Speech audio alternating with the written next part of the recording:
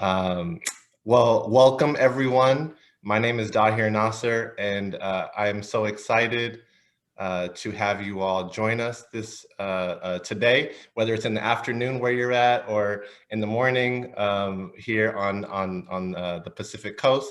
But very excited to be facilitating this amazing conversation where we are going to be learning about two forthcoming books from some amazing authors, Dr.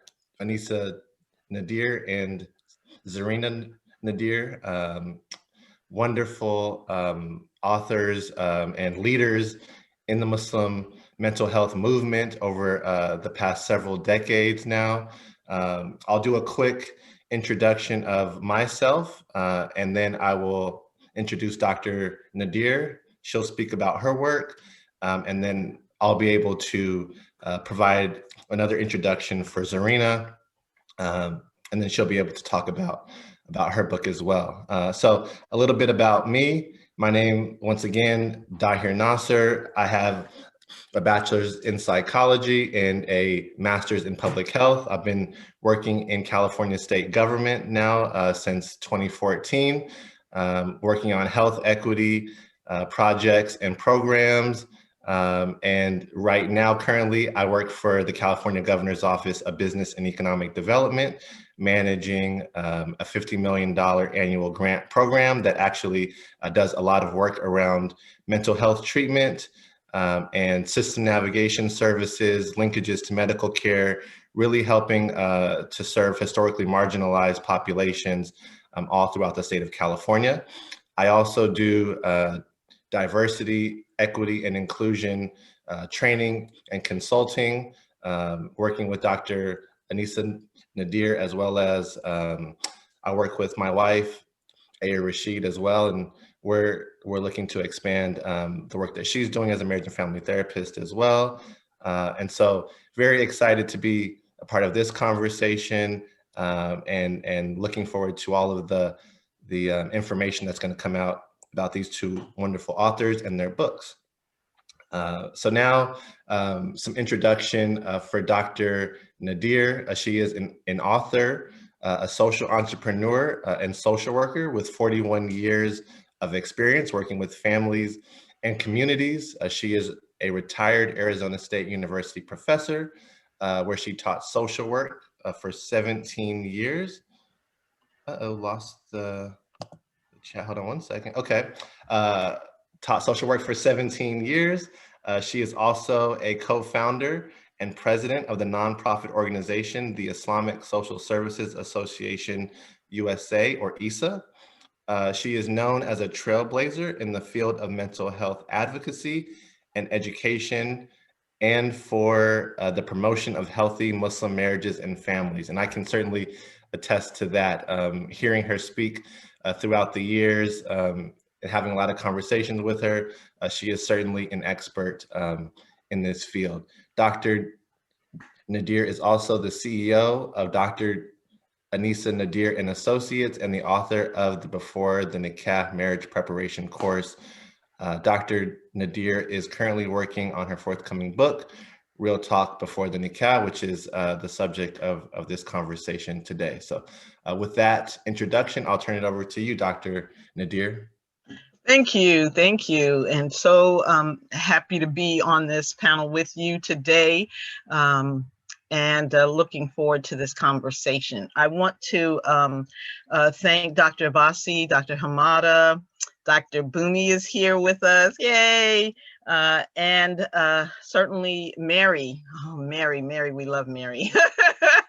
And the 13th Muslim Mental Health Conference Planning Committee. I can't believe it was just 2 years ago we were all together in Phoenix, Arizona, and I'm so grateful we were there before COVID hit. So glad y'all came out to Phoenix before COVID hit. And that was an opportunity also for us to celebrate both the 11th Muslim Mental Health Conference as well as the 20th anniversary of the Islamic Social Services Association, which I helped to co-found, and as many people have acknowledged, has been a trailblazer in the field of Muslim mental health. So we're so excited to be back here with you all today.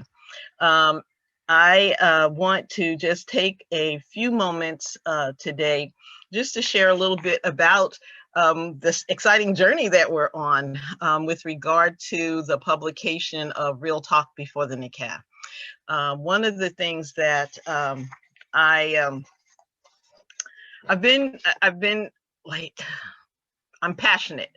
I am passionate about marriage preparation and about healthy marriages and families. So I believe that we are involved and engaged in a movement.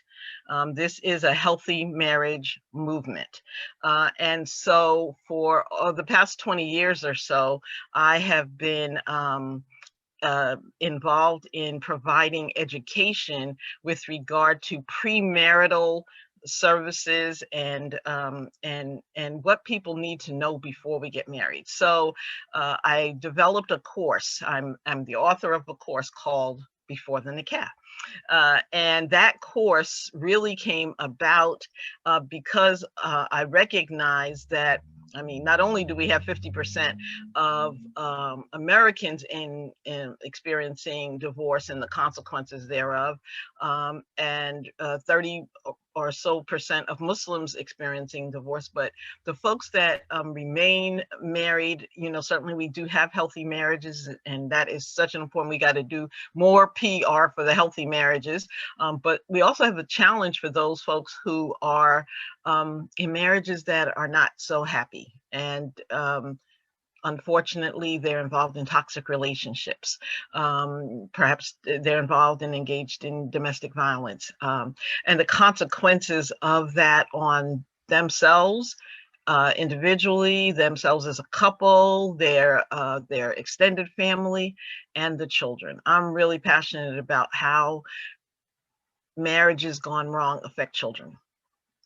And so for the past 20 years, I have been, you know, bringing everything that I have to bear to help people know about I'm a prevention specialist. I need to mention that too. I'm a social worker and a prevention specialist, and a community activist. So when you put all of that together, oh, wait a minute, I'm also a mom.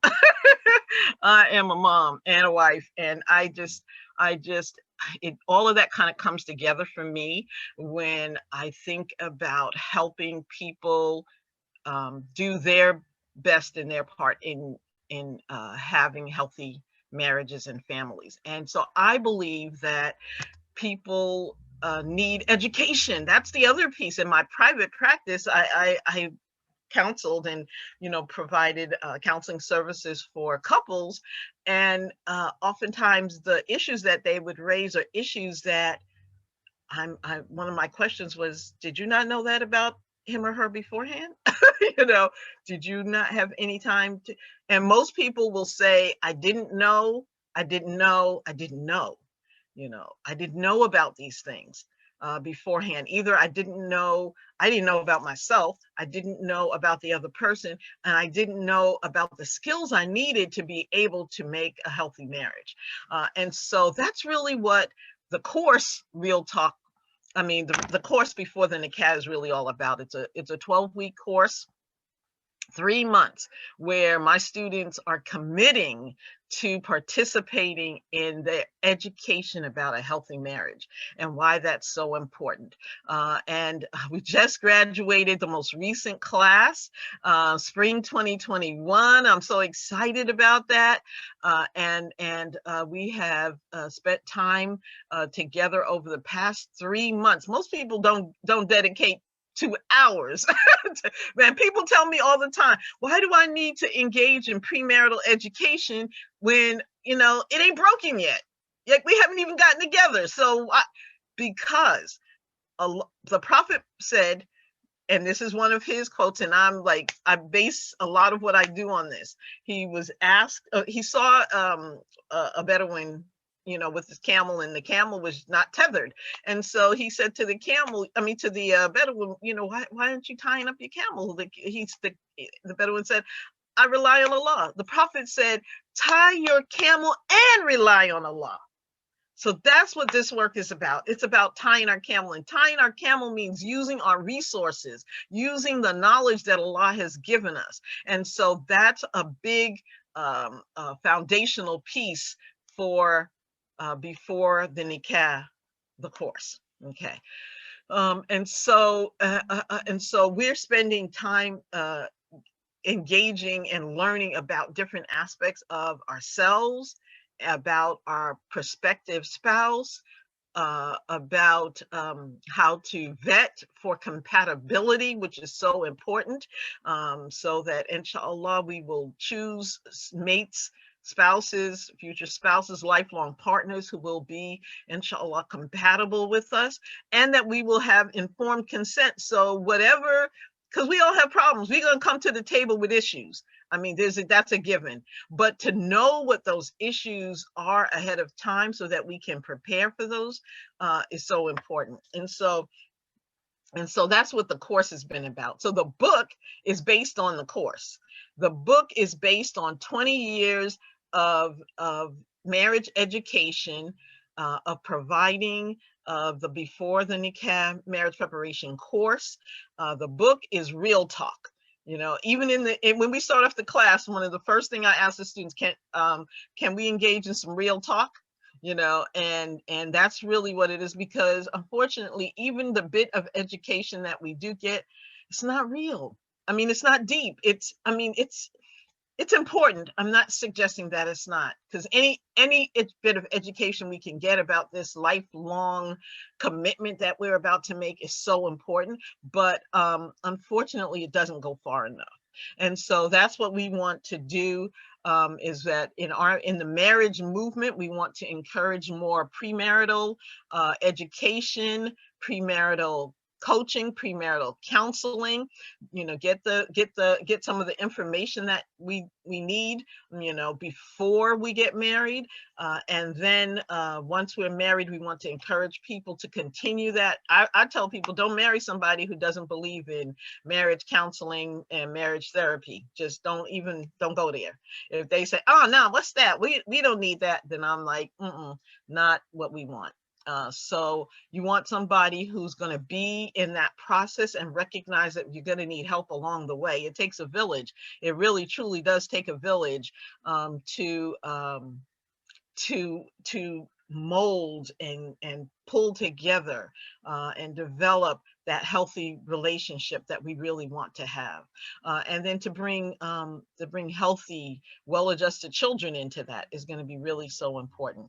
So I have two of my guest speakers for my course here with me, and one is actually co-instructor and guest speaker, and so you'll hear from her a little later, and that's Zarinah Nadir. And then Letitia Jurier is a school psychologist, and she's one of our guest speakers, and she comes on and she talks about parenting and the role of unresolved adverse childhood experiences and the importance of getting them resolved, you know, getting those experiences resolved, or at least having informed consent, and then beginning to work together to get those things resolved. And so I think that that's really an important piece. Let me see, what else do I want to share with you? About how much time do I have, Dahir? We got about, I've taken about, what, 10 minutes so far? I'll take maybe another 5. Yeah, that sounds good. And then we'll turn it over to Zarinah. So I want to let you know that the course and what you'll find in the book. But by the way, I should let you know, in addition to my passion about children, you know, my why is really strong. You know, the reason, my commitment, I have a soul deep commitment to healthy families, and I have a soul deep commitment to bringing this education to the fore and promoting a being one of, because there are others in this healthy marriage movement, but I consider myself, a strong leader in the field of healthy marriage. I want to mention to you a couple of things actually that are upcoming, and then I'll kind of go back and share a couple of pieces. So as I said, we just graduated the 2021, spring 2021 class of Before the Nikah. Their graduation actually is on April 10th. 1:30 Pacific time. We have the keynote speaker, the guest speaker for the graduation is Imam Muhammad Majid, who's been a huge supporter, and he's a co-author of the book Before You Tie the Knot, which is the textbook, actually, the current textbook for our course. And so we hope that you will join us for the graduation. It is also the launch for National Muslim Marriage Week, which is the first week of Ramadan, because we believe that as in the first week of Ramadan, as we are changing, reminding ourselves and redeveloping ourselves and our relationship with Allah, that one of the first things that we also need to do is kind of re-engage with our spouse or our family members, if we're not married, our family members, and think about what we need to do. Maybe we've lost some good habits along the way. Let's re-engage and develop and redevelop some of those good habits, but also remind ourselves of the marital life of the Prophet, peace be upon him. That's our best example. And so we want to take that opportunity during that. So we invite you to join us for that on April 10th. And also the next course, the upcoming course, the fall course for Before the Nikah is scheduled to begin on September 13th, Monday evening, September 13th. And you see there on the screen the tiny URL to register. Registration is open. We already have people registering, and this is an interactive course. It meets Monday evenings for 2 hours, and it's engaged. We're meeting, thank goodness for Zoom. I mean, that's one of the, I guess I hate to say, but one of the positive side effects of this time that we've been together. We've learned how to engage in Zoom. And so now we have students from Canada and throughout the United States. And we have people asking from Pakistan if they can join us. So, and if it were not for time zone challenges, they would be with us as well. So Allah knows, we'll see what the future brings in terms of that. But we do want to encourage people to register for the upcoming Before the Nikah course, the fall 2021 course. So reserve your seat now, because it's interactive. This is not a 100-seat course.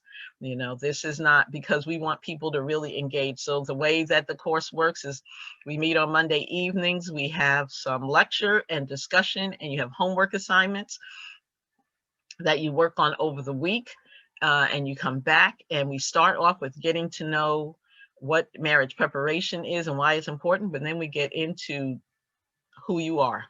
We start with getting to know ourselves. Who are we? Because you can't really select a compatible mate and a spouse until you know who you are.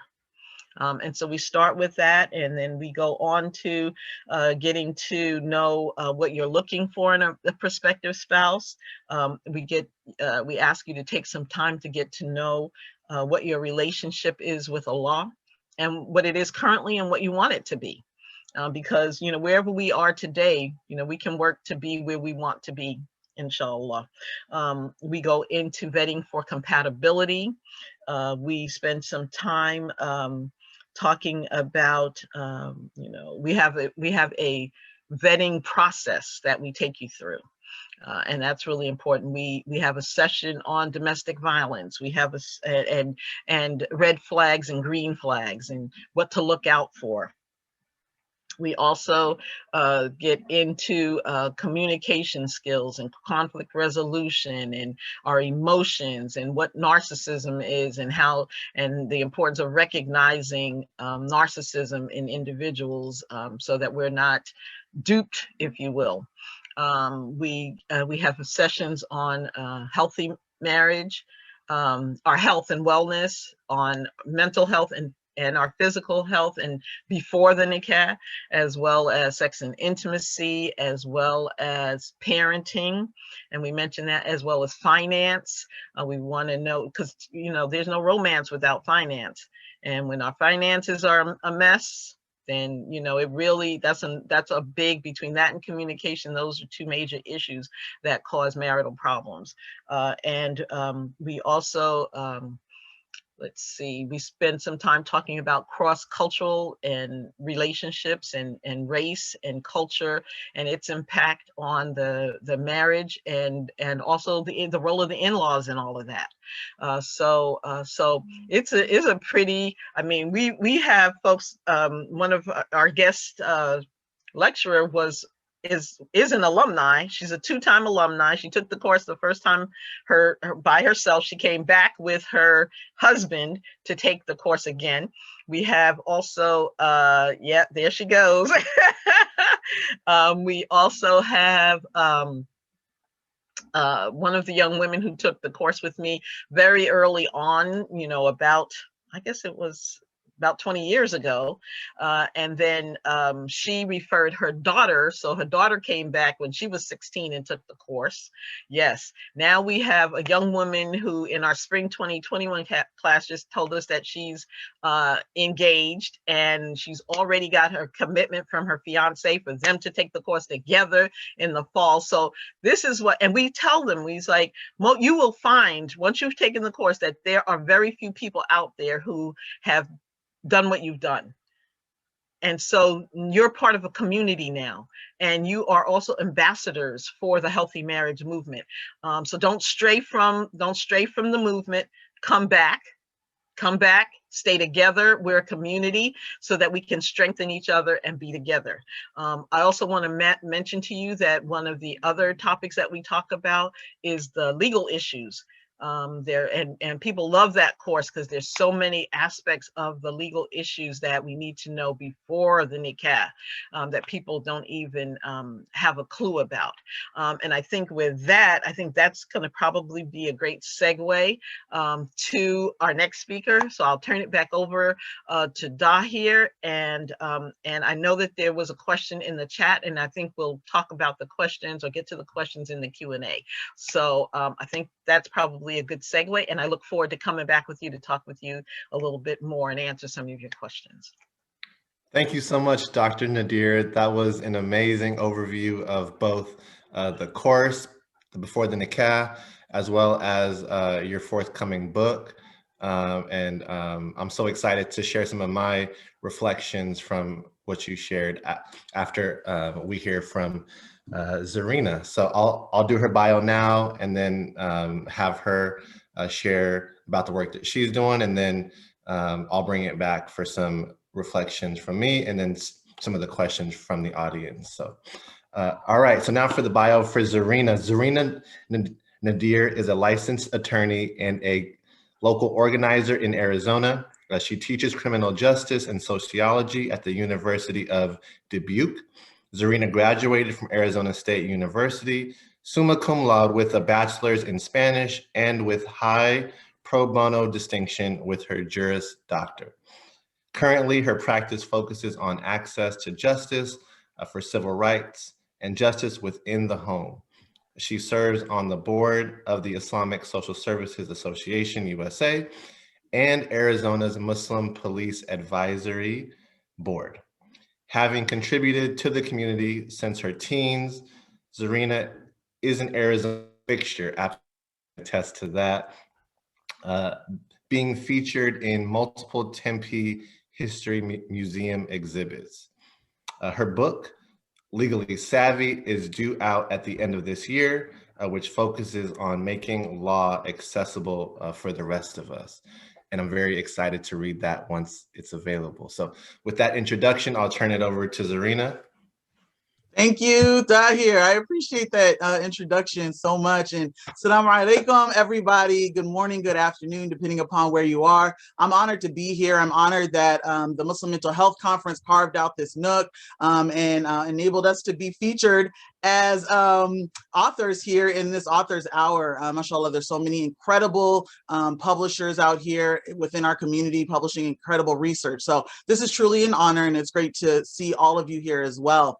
Alhamdulillah, Dahir went over my background, and I'll just kind of pick up from there, because as an attorney, alhamdulillah, I'm one of those attorneys who went to law school to help people. But I realized when I got out into practice, I became part of the barrier because so many people really have checked their wallets before they check their rights. And that has really put the majority of us, the rest of us, kind of in a predicament, in a situation where we don't understand our rights, we don't understand how to access them, and the consequence of that really is that just the life that we live is a lot more stressful. We're not able to prevent some of the stress, the challenges, the costs, financial and otherwise, that the super wealthy have been able to prevent, because they've had some critical information. So, in this world, what we have is information. That's kind of the critical piece. When you have information, you can do better. When you have information, you can act accordingly, right? And so one of those key areas of information that a lot of us lack is information about the law, information about how our rights work, how things work. And so it's really, that's what really inspired me to write this book. That, in addition to seeing that in practice, so many people were coming to me too late. And I knew, again, they were checking their wallets before they were checking their rights. And they wanted to kind of wait until the end. And the issues got so severe that they felt, okay, now it's justifiable to kind of spend that money to connect with a lawyer. But unfortunately, it can be too late sometimes. Oftentimes, and there's that kind of message that we have out there. It's never too late. Unfortunately, it can be, and people have come to attorneys because they don't really know how they work. They don't really know when it's good to use an attorney, how to really access attorneys, and they come to attorneys with the mentality that, okay, they'll be a magician, they'll fix my situation. And so these are things that I noticed, and I said, I was able to kind of have these conversations with family on how to be more legally savvy, how to address issues at the legal cough level before it turns into legal pneumonia. I've been able to have these conversations with my clients. I've been able to have these conversations with colleagues. And so this is where kind of the book comes from. I was really kind of pushed to say, you need to tell more people about that. You need to put that out there. People don't know that. They have no idea. And I wouldn't have had a clue unless I was blessed to go to law school. And what's so key is, in law school, and then when we kind of extrapolate that to the rest of the law, my graduating class, we were just 5 African Americans in that class. I was of the first of the Muslims in my community to go to law school, myself and one of my best friends, Wasan Awad. So this was kind of shortly after September 11th.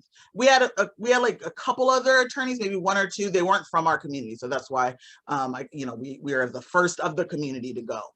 And so what does that mean? Like, okay, who cares? Like, there's other lawyers out there. No, the sad thing is most people learn about who attorneys are kind of from their family, from their networks. And so our communities haven't had that same access because we haven't had attorneys from our communities. And so now we take that, we kind of just look at that piece, and then we look at kind of the larger population of attorneys. In all of the US, there's only about, out of all the US, people in the US, and I know we have people from other countries, but these are stats from the US, only about 0.4% of the US are attorneys. 5% of those are African Americans. Even fewer percentage are Latino, Latinx. A fewer percent are Asian. So our communities have not had this kind of access. We haven't had this kind of knowledge. And the sad thing is, the lack of knowledge has trickled down to our kids, to our families, and our communities. The super wealthy, and when we talk super wealthy, we're not talking, you know, there was one comedian who said, you know, I'm talking about the guy who signs Shaq's checks, right? Like that person, that's the super wealthy. They have been able to utilize attorneys the way attorneys really are meant to be utilized. I go into this in the book that we aren't, you know, many people think of attorneys as just, you know, they're going to maybe either cause problems, so you figure I'm not going to go talk to them because I don't want to start anything, or they're just going to be really adversarial and create issues, or they're just going to be there to just to defend me, right? And this is a limited view of what an attorney is. Attorneys are also, have you heard the term counselor? Counselor at law. So what that means is, similar to other counselors who maybe counsel on mental health, counsel on your family life, we're people who help to guide you, counsel you, converse with you, help you to see where there may be some legal pitfalls that you might be coming up against. We help you see what the scope of your, you know, of anything you might be thinking of is. Sometimes we think that, you know, oh, it's just something that's limited. It's not that big of a deal. Attorneys are able to say, oh no, that is a big deal. They can help you see kind of the scope, right? And oftentimes as well, when the rest of us thinks about the law and the legal system, most of us are thinking about criminal. And we're thinking, I'm not a bad person. I'm going to stay away from that. I'm a good person. Nothing's going to come to me. That's, again, a perspective that the rest of us, unfortunately, have been fed. And so I don't knock any of the rest of us. This book is for us. I'm part of the rest of us. I wouldn't know this information either. We didn't get this information. We weren't taught that the legal system is actually all of it, from life to love. And that's what this book covers. So I'm kind of finally putting some of this lawyerly wisdom together in a book, some of the information that I've shared with family, friends, colleagues, the clients, on how to prevent some of the legal challenges, how to be more legally empowered, how to be able to negotiate, not scared, but more prepared. And this is in love and life, right? So again, let's blow the roof off as far as what a legal issue is and what injustice is. You know, I define injustice, or add to the injustice conversation and the injustice definition, as if it's a matter of money, and the only reason why you're not able to get the same kind of help is because of money, that's an injustice. So how does that play out? So the super wealthy, when we're talking about love, they're able to have a conversation with the lawyer before they get married and say, okay, I have student loan debt, or I have these kind of properties, or these are my financial goals. If I get married, how does that play into my life? Versus the rest of us, how we've handled things. And this is why it ties in, you know, we have this conversation with Dr. Nadir's course and the students in Dr. Nadir's course, where it ties into the rest of us are saying, okay, well, you know, they don't even understand the legalities, the rights, responsibilities legally that are triggered when you get married. And so then consequently, I've seen cases where, for example, women, the spouse took all of their money. Not that you wouldn't want to share it, it was fraudulently taken. Or their spouse put them in some kind of a financial bind, where there was someone who, he had major tax issues that he didn't address. So now when you get married, sure, a lot of things that happen before you're married are considered kind of your separate. But when you get married and you start commingling certain things, now you're on the hook for it as well as the spouse. And we just have no idea about these kinds of things. The super wealthy do, though. That's why they know how to utilize tools. And we are like, oh, prenups. Oh, that's just rich guys trying to keep poor women from their money. No, it's a tool to be prepared so that so that one, you're not bringing harm onto your spouse. If you have some pre-marriage financial issues, or in Islam, because those of us who are Muslim, we live in a country where, quick question, do we have Sharia courts fully functioning in all parts of North America? Anybody? You can unmute yourself. Sharia courts, fully functioning? No. Yes. Crickets. Thank you. No, exactly. So what that means is we're left to our North American systems or wherever else you're, zooming in from. That's what we're left with. And so there are tools, though, within these systems that help us protect our religious rights. But if we don't know the tools, we don't know how to use them, we're subject to, we're left out in the cold. But the super wealthy understand this stuff, but the rest of us don't. We just don't. So that's where this book comes in. We're going to explore just kind of the myths around utilizing attorneys, destigmatizing utilizing attorneys. That, we're not going to snicker. Oh, she said she got to talk to a lawyer. Oh, that means somebody's going to jail. Somebody's getting arrested. No, that's what that means. I love when someone says I'm talking to an attorney. I'm like, yes. Oh. And I hope they're doing it sooner rather than later so that they're catching things at the legal cough level before legal pneumonia. We'll talk about kind of instances where we can gauge, kind of when you're legally savvy, you'll start gauging your legal savviness by how soon you think, let me talk to a lawyer. And let me give you an example. If, for example, you are, let's say, getting ready to start a business. Let's say you're getting ready to start a business. And you had this idea. I have this idea. Somebody said, I'm real good at making cakes. I'm so good at it. They were like, you need to turn that into a business. And so they're like, okay, I am pretty good. And I think that's great. So then they are making their business cards. They got their website up. They have already started taking orders. They're cooking from their house and they're, already working with customers and clients. And then they're at this point where they say, a client comes back and says, you didn't make my cake right. That's not what we asked for the wedding. That was wrong. I want my money back. And they're like, what are you talking about? I have email chains. This is what we talked about. I know that this is, that's what I wanted. That's what you wanted. I did what you wanted. And that was like a $800 cake. So like, well, I want my money back. Well, okay, where's the rest of the cake? Well, we ate it, but it's not.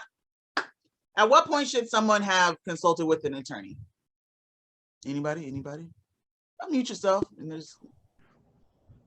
I'm thinking beforehand so that there could have been some guidelines in the contract. Like if the customer is dissatisfied with the service, how you go about resolving it. Beautiful. Anybody else? Sure, got a lawyer before you started the business. Thank you, brother. Anybody else? I think my answer is clearly wrong because I was going to say once they came in to ask for their money back, but I got it way before. So, Boomy, I'm glad you said that. And Letitia and Dr. Halim were spot on. And Boomy, though, you're like the rest of us. That's what we think. We're like, you know what? Everything's going well. It's working just fine. Oh, now there's an issue. Let me call a lawyer. That's too late. Like Sister Letitia said, where was the contract that dealt with if customer is dissatisfied, refunds, all of that kind of stuff? Where was that? And what Halim did was take it a step back. When they had the idea of starting a business, where was that conversation and say, hey, think about this. Are you using the right kitchen? Do you have the right contracts in place? Do you have this in place? Do you have that in place? And it might sound like a lot, but this is why the super wealthy's businesses aren't failing and the rest of us are. These are the things. So that's what, inshallah, this book is going to provide the hacks to help develop a legally savvy mindset. And why does this matter? Because the benefits of having legally savvy mindset they've trickled up to the super wealthy, their kids and their families. Not having a legally savvy mindset has trickled down to us, to our kids, and to our family. In love, in life, with our money, in criminal matters. If we don't know, we go into what magic words are in the book. There are magic words that when used, you get the result. When they aren't used, you don't get the results. That's what dealing with police. If we don't say certain words to the police, there are magic words that keep the police off you. And it's not, can I call my husband?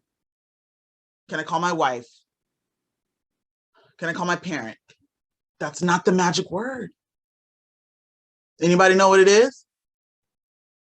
Anybody? Anybody? All right, you'll be reading the book, inshallah.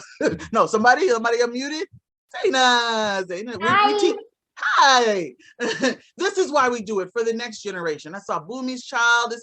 This is Zainah here. This is my niece here. We want them to be able to know when they are having conversations, when they're engaging in life, they're coming from the lens of someone who's legally savvy. And this is not, I don't advocate being a tyrant, or, now you got this information and you're going to say, oh, I'm going to get people now. Ooh, no, this is about leveling the playing field, right?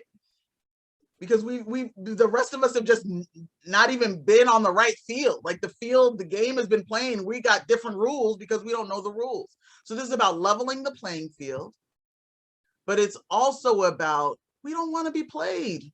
Nobody wants to be played. We don't want to be tyrants, but we don't want to be played.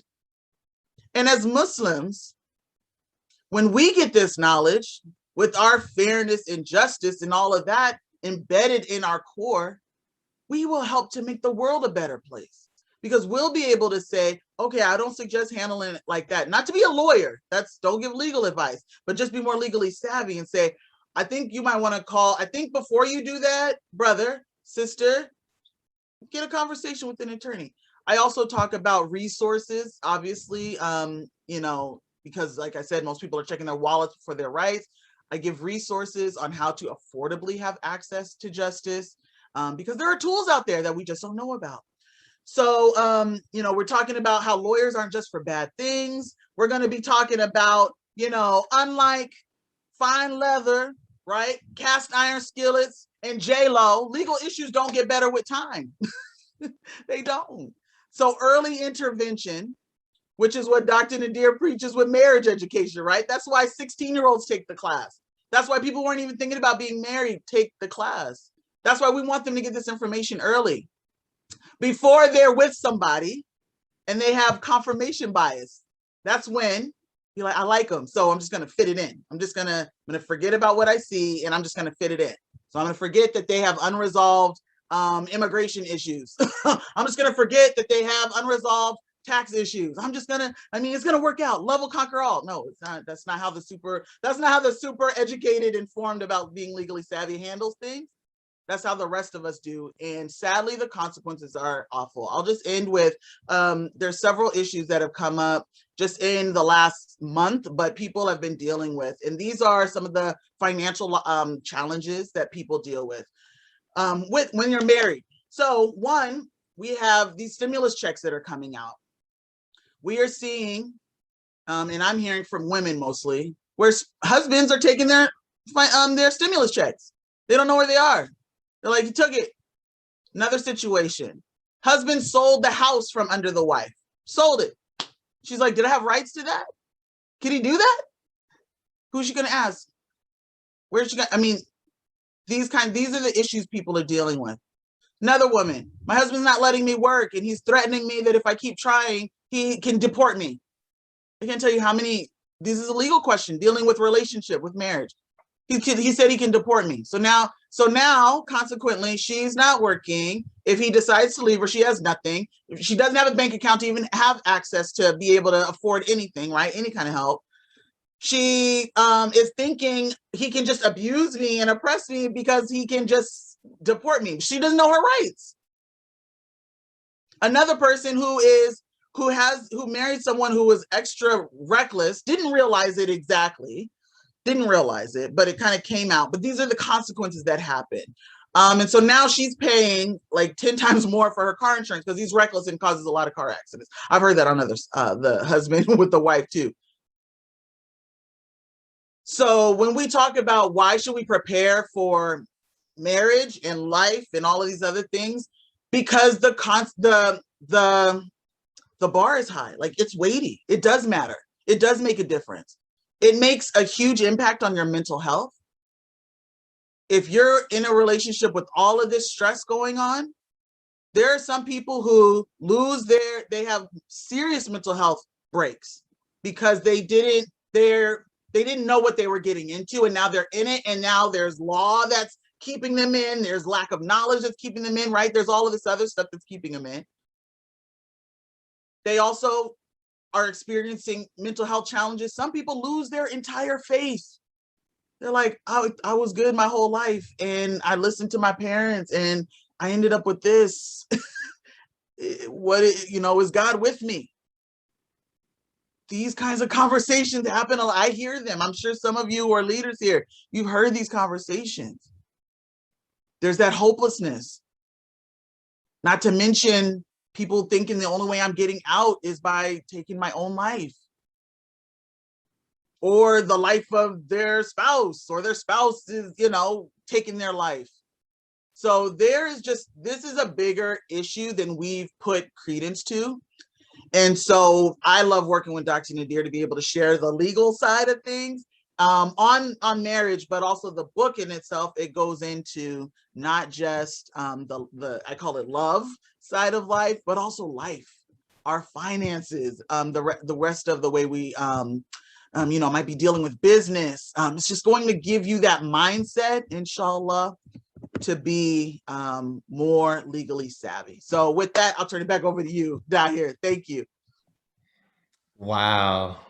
Both of these presentations have been amazing, and I've been able to learn a lot just from listening and having a lot of reflections about the importance in our faith as Muslims, but also just in terms of dealing with people and in society of preparation, of using our resources, and the hadith of the Prophet ﷺ that talks about tying our camel and the need to tie our camel and rely on Allah, that both of those things are important and have to be done together.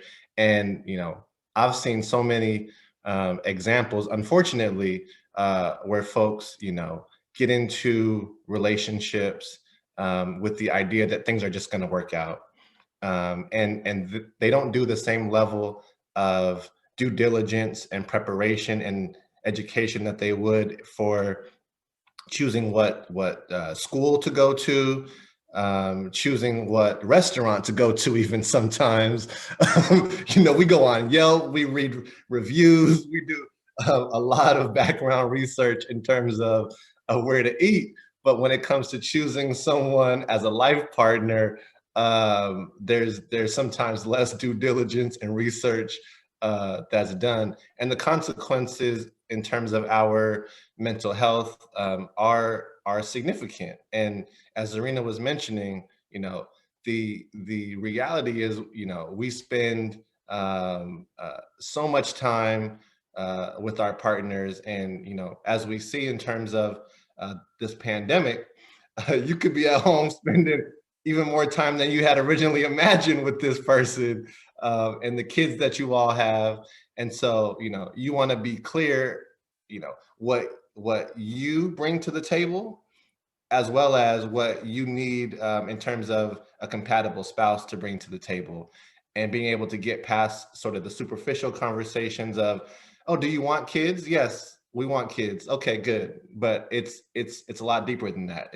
It has to be, how many kids do you want? When do you want to start having kids? How does that relate to the jobs that we want to have and the places we want to live? And are we going to live near family, et cetera? And so being able to have a structured place to be able to talk about those things and to learn from experts like Dr. Nadir and Zarinah, I think is so valuable. And one of the benefits of books is being able to, you know, benefit from the experience and the education from experts, as opposed to having to go through that type of journey, you know, on our own. Like, we're not all going to be able to become social workers of 40 years and professors and understanding all of these nuances of family life and healthy marriage, but we can learn through these books and these resources to be able to get that type of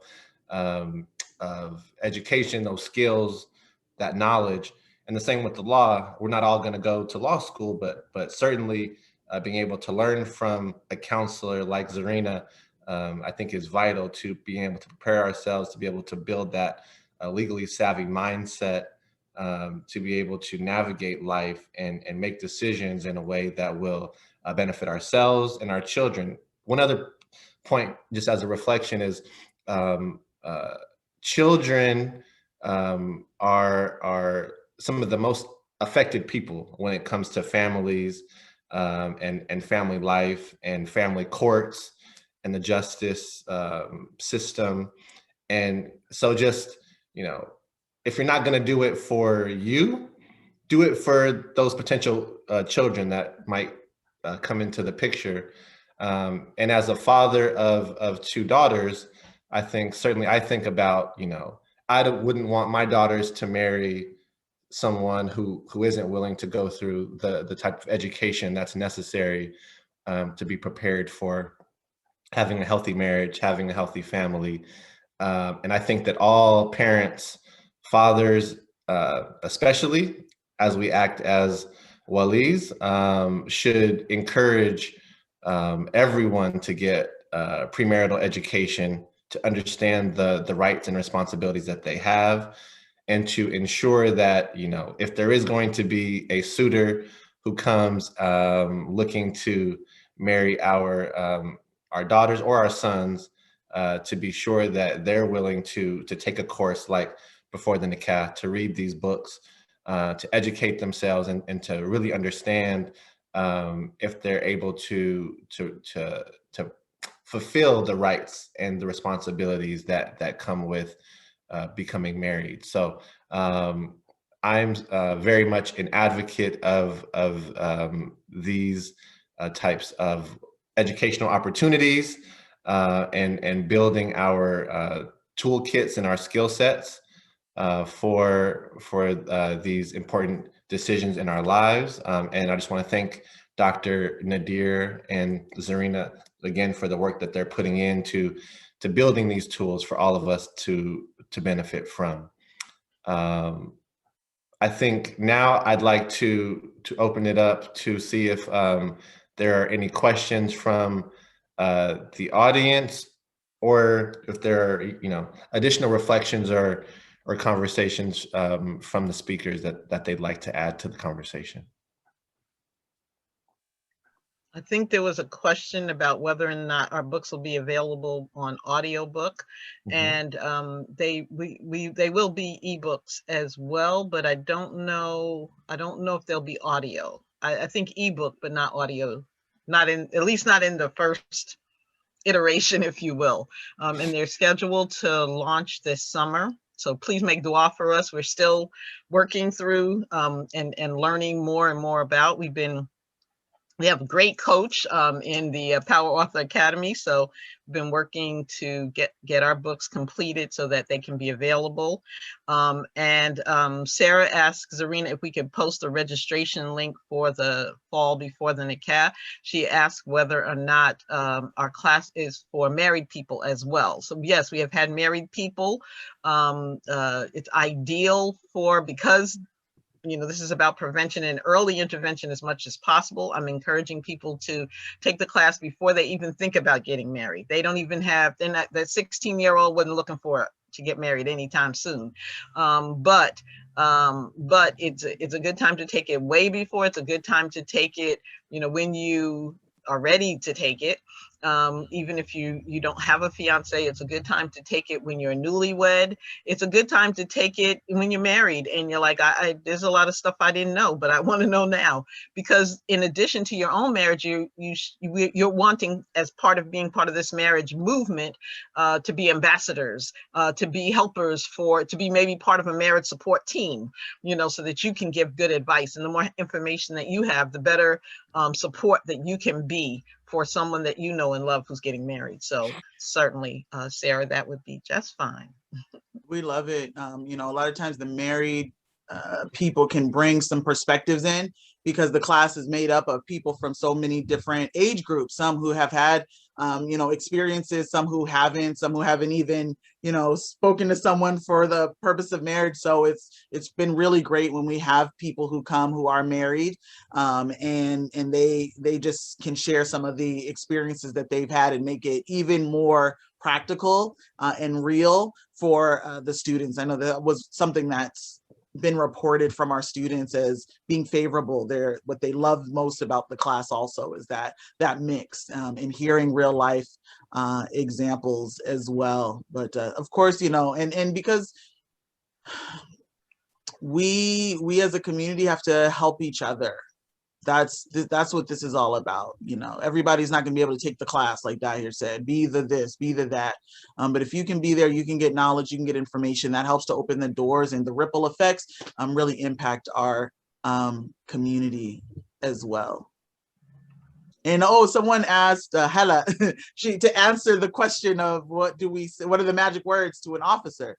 So very good guess. The magic words are, I want to speak to my attorney. I want to speak to my attorney. And if you were already read your Miranda rights, and we're talking the US, Miranda rights are you all could probably help me finish this. You have the right to remain silent.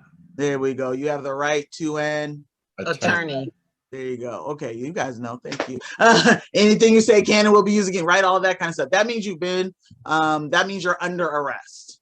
So when that circumstance happens, you have to say, I invoke my right to remain silent, and I want to speak to my attorney. And then be quiet. That's the biggest key. Because what ends up happening is we think, oh, I'm a nice person. I don't have anything to hide. Let me just talk. Let me share. And this goes for the FBI. Even if you don't hear them say those words, when you hear them say those words, the Miranda warnings, that means you're under arrest. If they haven't said it before, you're not under arrest. You can leave. You don't have to talk.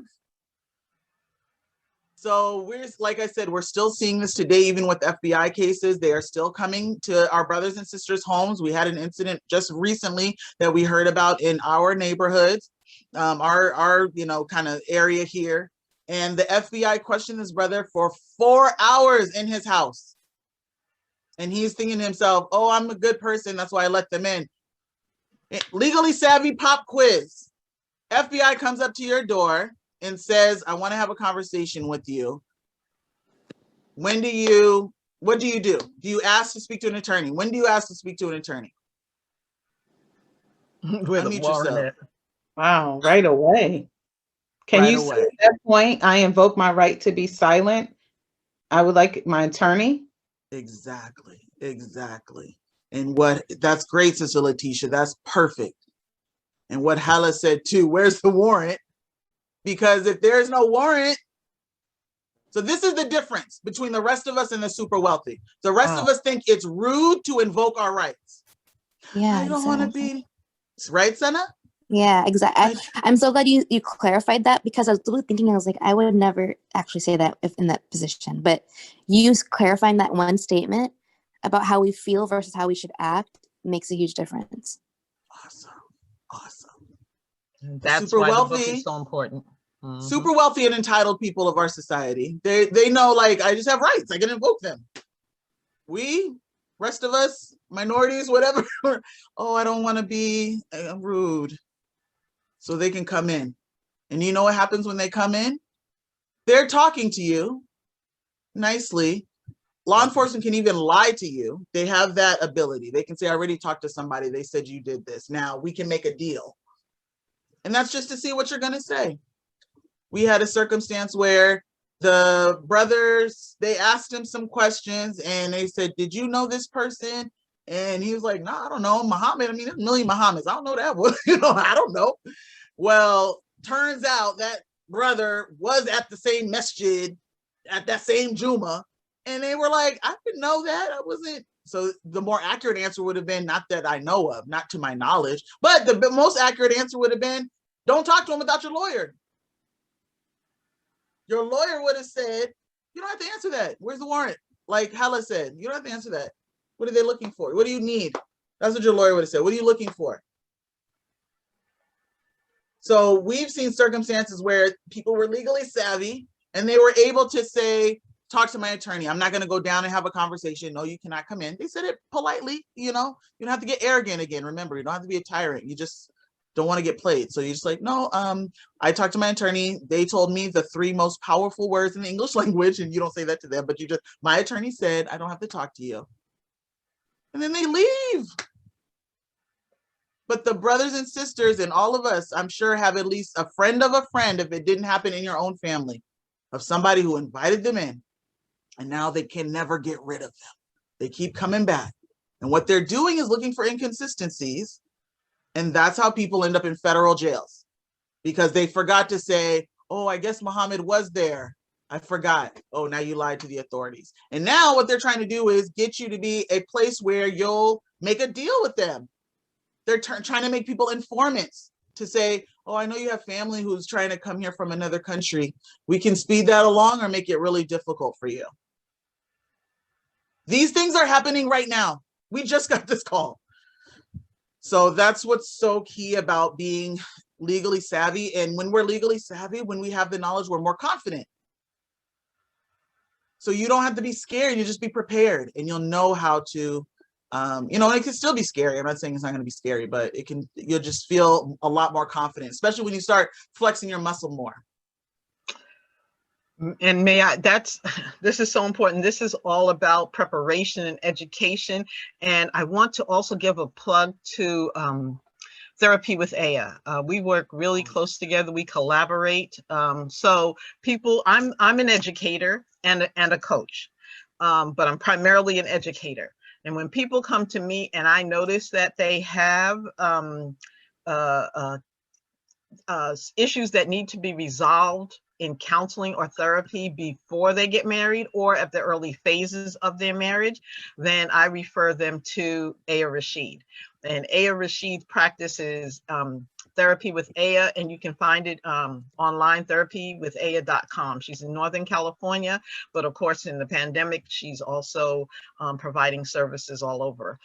So I wanted to definitely put a plug for her, because it takes all of us in the continuum of services to be able to provide. And while you're, working in one area, it's important to have contacts with someone else in another area of the continuum so that you can make those referrals. So I stay in my lane, I do what I do best, and then I hand it off. And I'm so excited that I have the ability to hand it off to Therapy with Aya, to Aya Rashid, and then to Zarinah Nadir for information on prenuptial agreements, on just how to be legally savvy, and how to have legal resources so that they can get their legal rights in marriage and health and so forth. So excited to say that. That's awesome. Thank you so much. And just hearing the stories that you guys are able to share, it's clear that these situations are happening, I think, a lot more frequently than many of us may think. I think that there's a lot of, unfortunately, willful ignorance within our community that these things aren't happening that often, whether it's relationships not lasting or having issues, or issues in terms of law enforcement and dealing with the FBI and other different law enforcement agencies. And so, being able to hear your guys' examples, I think, really drives home the point that these issues are real. These issues require the same amount of attention as our physical health, and being able to have dedicated professionals who are compensated for that expertise and that counsel that they provide, I think is just so important. And so, just want to elevate the need for this type of information and education in terms of healthy families, healthy marriages, as well as preparation for all the legal situations in life and love that do come about.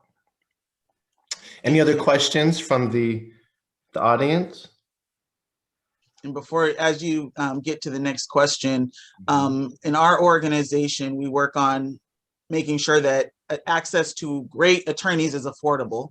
And in 2020, the top 5 areas of law that people needed, number 3 was family law. And family law is oftentimes, so this is your divorces, child custody issues, child support issues, colloquially, baby daddy drama, baby mama drama, like that's that stuff. That's top, it's regularly top 5, if not top 1, 2, or 3. So just as you said, Dahir, it's very prevalent and people are going through it. And so being more conscious, being more aware from the legal side, your mental health side, social service side is just so critical. So I'd love to hear any questions from the audience.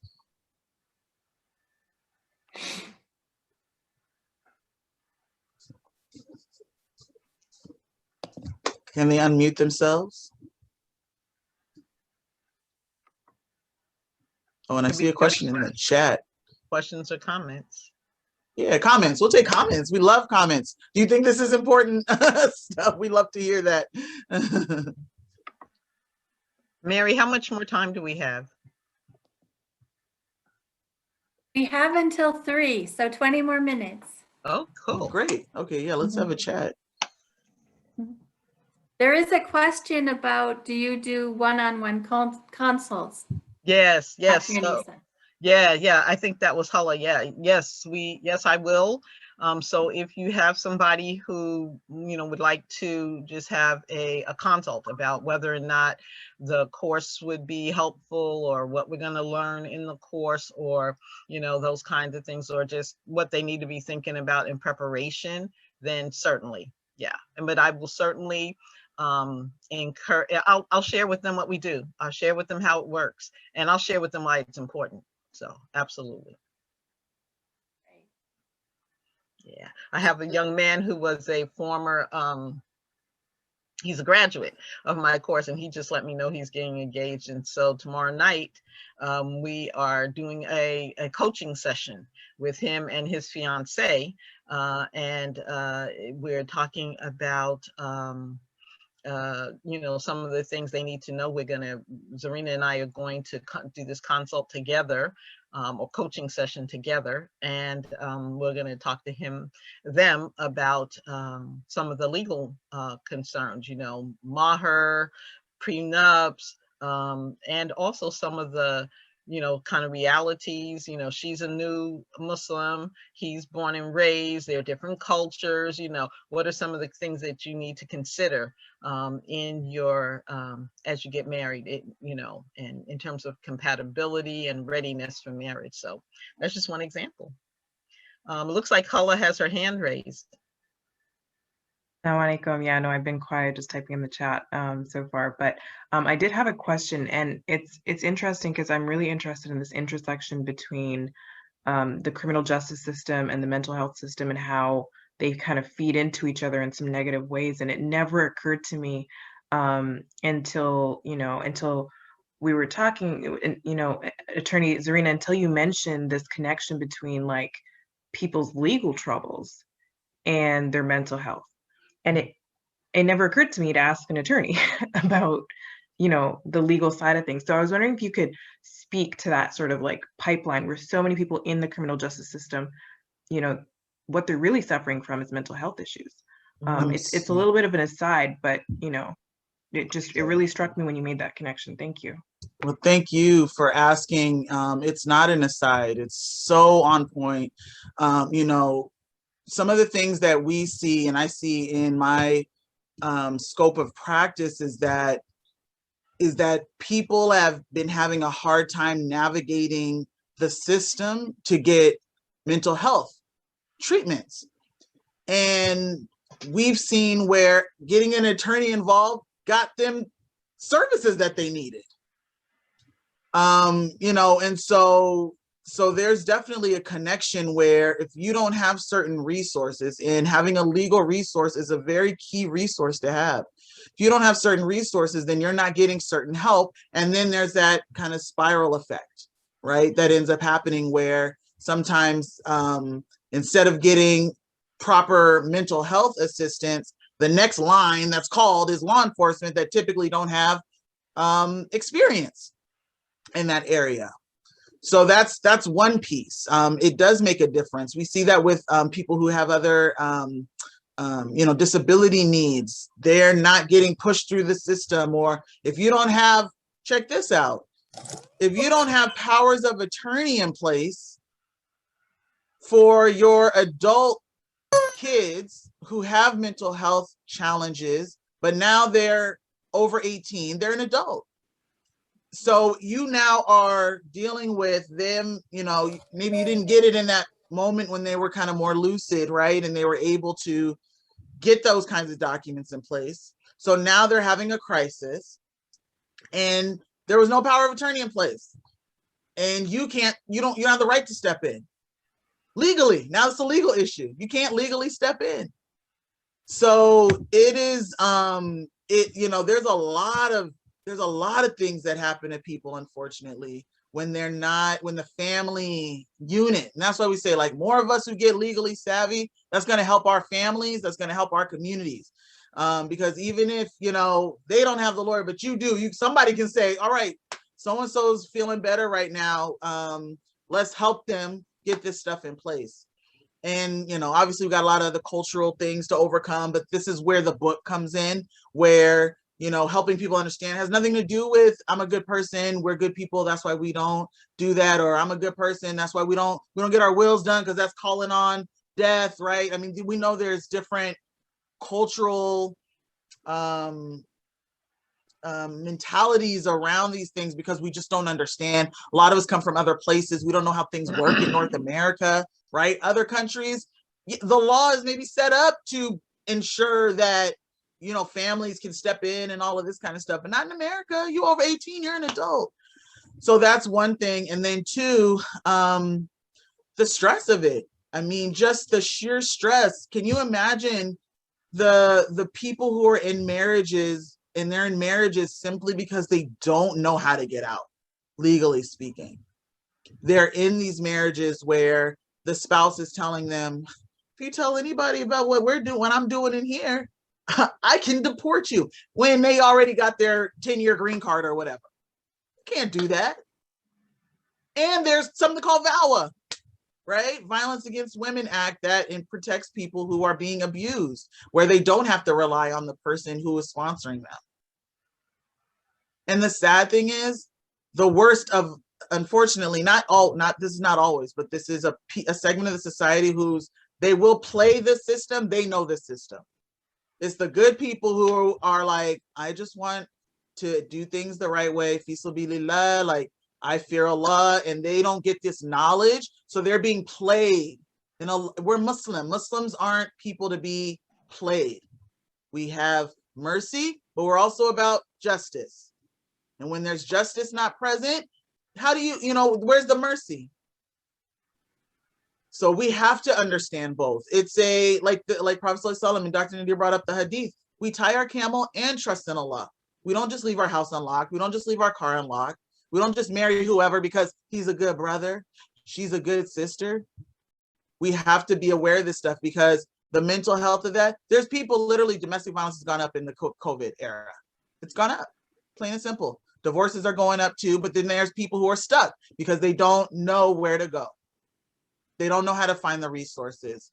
So then you losing your faith, somebody who believes in Allah so much, we've seen this plenty of times where you have the deep iman, that faith, and you thought, I did all the right things. Maybe some of you know people like this. If you have put a like in the chat, like I've seen it, where people like, I did all the right things. I followed what my parents said. I followed my religion, and then I ended up in this crazy marriage.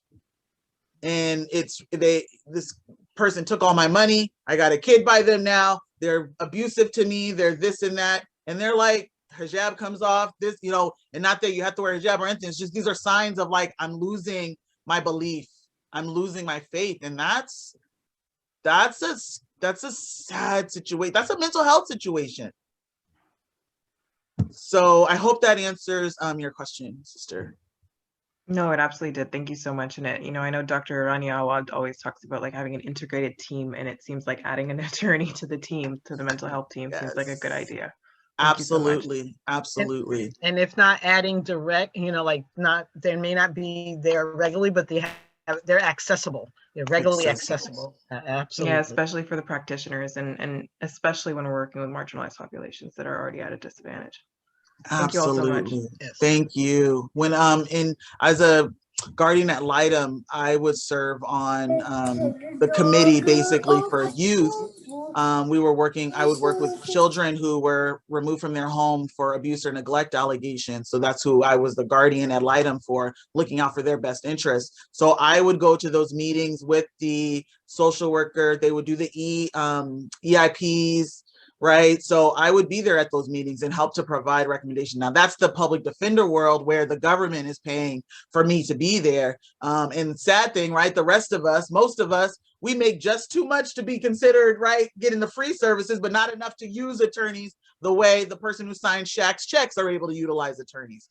So that's where my organization has come in, to be able to make that resource available to kind of that, 80% of the population who wouldn't be able to qualify even for the free services. So, but keep in mind also the free kind of domestic, the public defender scenario. You can, if they're at that level, you can request a guardian ad litem also to be able to assist. And oftentimes, and that's usually an attorney who can kind of give some of that guidance also.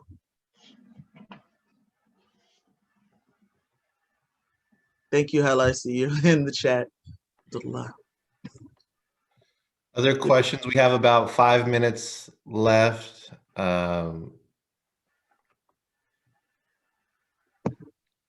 Please, or comments. Questions or comments? I just want to congratulate both of you on your books. I think they're both very, very important. So I'm also want to thank you for sharing your knowledge with the community. You know, you've just, from what you described and just what I know, that you put a lot of work into what you do. And so to have that resource available is also very exciting. So thank you. Thank you. Thank you. Dr. Appreciate that. We appreciate that, and we look forward to being available to, at whatever levels or forums you think that we can share this information. Please let us know. Please let us know. Don't hesitate to reach out to us so we can get the word out. So. Assalamu alaikum warahmatullahi wabarakatuh. Amazing class, and alhamdulillah, these resources are so incredible. I just think thank you so much for that. I'm really happy to see the books coming out, and just think this is amazing resources for the whole Muslim community. You said you do. How would we contact you if we wanted? Can we just email you if we wanted to arrange a book talk or something like that for our local community? Or yes, absolutely. And then we also, if you can also leave your contact information, I think Zarinah put up some a way for you to leave your contact information. But as far as us, yeah, we're both of us in the WOVA app. Sarah, I think you have my direct contact information. yes. And yeah, we're both on Facebook. We're both in WhatsApp. I mean, so there's like tons of ways to reach us. So yeah, please do. I mean, this would be a great talk to have in local masjids all around the country. This talk of everything. This is a doorway to so much information to know that this class. I mean, I knew that your work on Healthy Marriage Week was something that I was always interested in, but I didn't realize I don't know how I've known your work for this long and didn't even know about the Before the Nikah class. I mean, I think so many people would benefit from it. So, you know, trying to get the word out to local communities, I think, is really something that I'd really like to help do. Especially, you know, I'm in the Bay Area. So many people could benefit. We have such a big community. So many people could benefit to get this information. Inshallah. Thank you, Sarah. Yeah, I look forward to working with you on that. Let me just say, just in a couple of minutes, a little bit more about National Muslim Marriage Week. As I mentioned, National Muslim Marriage Week is the first week of Ramadan. We launch this year's National Muslim Marriage Week on April 10th. This is a campaign that the Islamic Social Services Association started about 10 years ago now. Zarinah, is it about 10 years now? Yeah, and it's part of the Sakina Healthy Marriage Initiative. And so it is about raising awareness about the importance of healthy marriage within our communities, and recognition that the basic unit of the family is a cornerstone of our community. And when we have healthy marriages and healthy families, then we have healthy communities. And it's also a pure PR campaign for healthy marriage. Sadly, there are so many marriages that are having challenges, and we want people to recognize how we can have healthy marriages and how we can work together to promote healthy marriages. And part of that is getting premarital education and marriage education and counseling and resources. And so, and then also, you know, we promote zero tolerance for domestic violence. So all of that is so important. So I want to encourage you. What we're doing is that we're launching it out of, because the headquarters for the Islamic Social Services Association is in Arizona, but this is going to be, I mean, this is a nationwide effort. So we have folks in the Michigan area that, you know, when pre-pandemic, you know, they would hold dinners in dinner in the Detroit area with Dr. Cheryl Elamine. Many of you know Dr. Cheryl Elamine. And then in homes in the Phoenix area, Sister Letitia is here. She hosted an event with friends, you know, around healthy marriage, you know, just so we can, it's kind of like, let's talk together about what makes a healthy marriage and how we can support each other, what we can do in our massages, what we can do in our homes, what we can do in our communities to promote healthy marriage. So if you want to, you know, think about what can I do in my community, and this is for married people, single people. I mean, we want some events going on. It could be, you know, first of all, encourage your imam or your khatib to have the first week of Ramadan to include in his conversation something about the importance of having a healthy marriage and healthy families, and that being part of the tradition of the Prophet, peace be upon him, and the importance of us during Ramadan as we're developing and rekindling our relationship with Allah, that we also take this time to rekindle our relationship with each other. I kind of got inspired by this, with this, because I would see women so busy cooking and husbands during Ramadan, it's like, where's my chai? And women not being able to, couples are not spending time with each other, and then women spending all their time in the kitchen and not on their spiritual time. And so that's not what Ramadan is about. Ramadan is about us mutually getting our spiritual time on and vibing together with regard to our spiritual selves, and that growing inside of us. And then we take these 30 days of Ramadan to develop some new habits and some better habits and how we relate to one another. And then we carry that on through the rest of the year. So that's what that is. And it may be planning to take a course together. We look for some of the special topics also that Before the Nikah Institute will hold this summer. We're looking forward to some special topics around healthy marriage. But the first one is going to be April 10th, where we launch National Muslim Marriage Week, and we celebrate the graduates of the spring 2021 Before the Nikah marriage preparation course.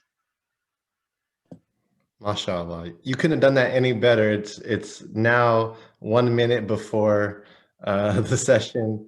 Time is about to end. And, you know, I just want to thank you all again for participating in this conversation. Thank you to our speakers, Dr. Nadir, Zarinah, for all of your efforts and the expertise that you guys have shared with us.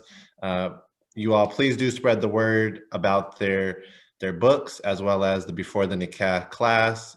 It is certainly a treasure that we can share with folks, and we can continue to spread the word about these tools that are out there to help build healthy families, healthy marriages, and healthy Muslim ummah, as well as a legally savvy one as well. And so with that, I think we can go ahead and adjourn. Assalamu alaikum wa rahmatullahi wa barakatuh. Wa alaikum salam. Thank you, Salam. guys. Thank you. This Thank was you great. all. Thank you. Thank you, Mary, Letitia, Thank Nyla, you. Thank you, Dr. Nyla. Thank you, Dr. Bumi, Bumi. C. Grizel, Assalamu Thank you, alaikum. Grizel, for Sarah, the- thank you for your points. Thank you, Hala, Hala. Thank you, Sarah. Thank you so and much. everyone, thank you. Dahir, thank you so much. Thank you. You were Absolutely. amazing. Yeah, we appreciate you. For sure. Love you guys. Love you Assalamu too. alaikum. All right, alaikum salam. Bye-bye. Thank you. Good to see you, Mary. You too, Zarinah. Thank you.